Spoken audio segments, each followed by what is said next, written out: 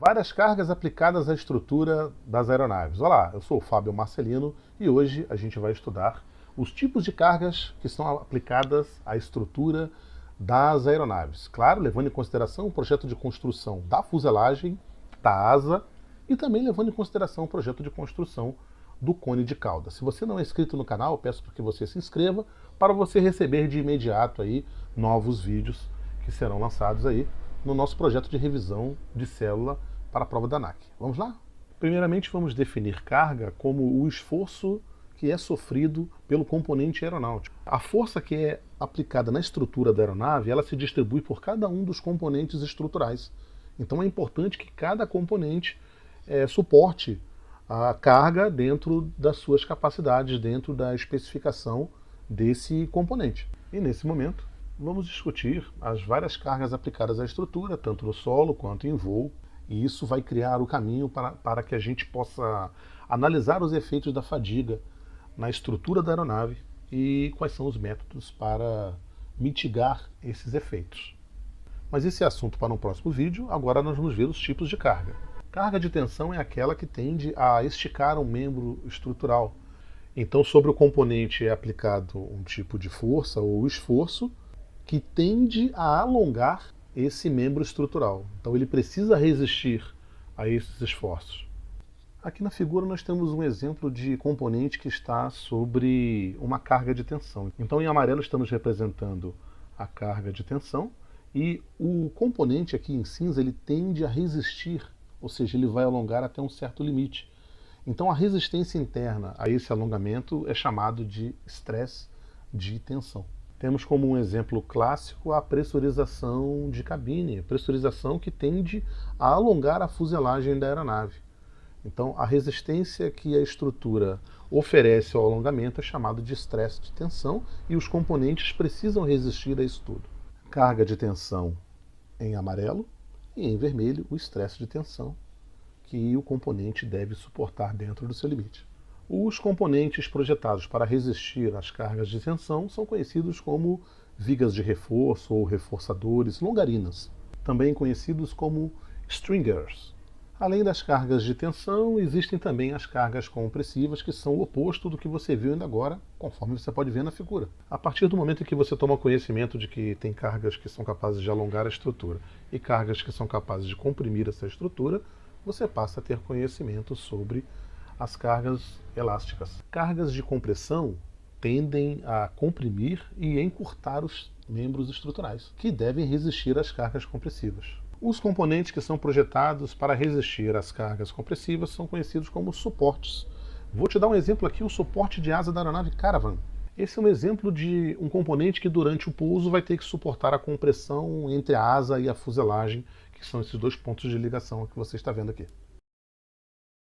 Esse é um componente aeronáutico em cinza que está sendo submetido a uma força, aquilo que a gente define como carga de tensão, aquela que tende a alongar o nosso componente. À medida que o componente resiste a essa carga de tensão, nós temos o estresse de tensão, que é uma resistência ao alongamento. Note que a carga de tensão ela é externa ao componente e o estresse de tensão é interno ao componente aeronáutico. Outra força que vamos analisar é o estresse de compressão. Então, externamente, você tem a força de compressão, que é a carga de compressão. Internamente, a resistência que esse componente gera é chamado de estresse de compressão. Note mais uma vez que a carga de compressão é externa ao componente e o estresse de compressão ocorre internamente ao componente. Vamos dar uma olhada nisso na prática? Por exemplo, nós temos aqui uma aeronave Caravan, que possui um suporte de asa. Então essa mesma análise que a gente fez aqui sobre estresse de compressão seria, por exemplo, a força que a asa vai exercer na estrutura através desse suporte. A resistência que a barra de suporte oferece é o estresse de compressão. Então o estresse de compressão é dentro do mecanismo e do lado de fora a força que o componente sofre nas suas extremidades é a carga de compressão. O outro exemplo citado com relação ao suporte foi o suporte do trem de pouso, que durante o pouso sofre a carga de compressão E aí o atuador precisa resistir a esse tipo de compressão e dessa forma você tem o estresse de compressão sobre o atuador do trem de pouso. Não só no atuador do trem de pouso, mas em outras partes da aeronave isso vai estar ocorrendo. Então você já deve ter percebido que essa força é elástica, né? Uma hora o mesmo componente que uma hora é comprimido, uma hora ele é distendido, alongado, e ele precisa resistir a essas forças. Por isso que o mais correto a se dizer é que a aeronave ela está sujeita a uma combinação de 2 ou 3 tipos dessas cargas básicas de força. A flexão da estrutura envolve 3 cargas básicas. Esse aí é um exemplo interessante de um tipo de carga de força que combina tensão, compressão e cisalhamento. Então a flexão ela sofre tensão na superfície externa, que tende a se estender, né, onde há um alongamento, sofre compressão na parte interna, que tende a se comprimir, e sofre cisalhamento, né, enquanto essas forças tendem à ruptura do componente. Essa ruptura a gente viu no vídeo passado, ela poderia ocorrer se um componente não fosse homologado para aquela posição, e aqui hoje a gente já vai considerar que os limites de esforço sobre a aeronave não podem ser excedidos do ponto de vista operacional, ou seja, uma aeronave que é de passageiros não é homologada para acrobacia. Normalmente isso não acontece, mas vamos considerar apenas por hipótese que um piloto da aviação comercial resolva fazer uma acrobacia com os passageiros dentro. Como essa aeronave não é homologada para acrobacia, o risco de que os esforços estruturais sobre a estrutura ultrapassem aquilo que é previsto é muito grande, o que poderia gerar ruptura, quebra. Não sei se você já viu na internet, mas até mesmo aeronaves de acrobacia eventualmente quebram uma asa, porque o esforço é muito grande, é acima do previsto. Está aí outro motivo para a quebra de componente. O componente suporta um esforço de 1G, e ele foi submetido a 2G, provavelmente o componente vai quebrar. Então a operação, a forma como a operação é feita, ela determina se vai haver ruptura de componente ou não. Um caso especial de esforço de compressão é o buckling, que ocorre em materiais de chapa fina, onde a compressão ocorre nas extremidades. Isso aí gera uma ondulação nessa chapa.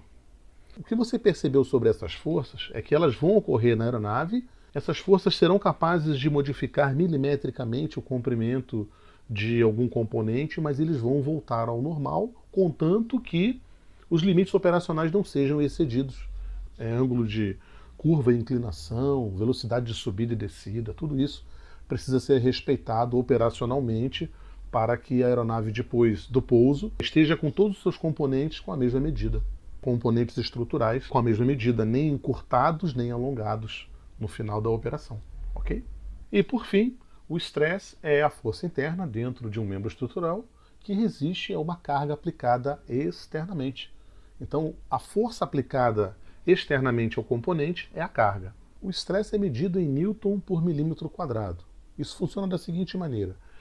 A gente precisa saber o quanto de força é aplicado em uma certa área. Então, essa força é medida em Newton e a área é em milímetro quadrado.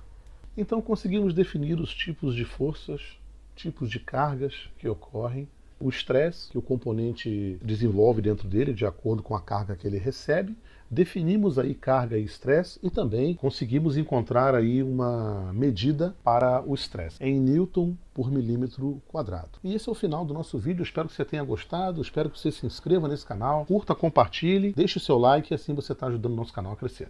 Grande abraço e até a próxima!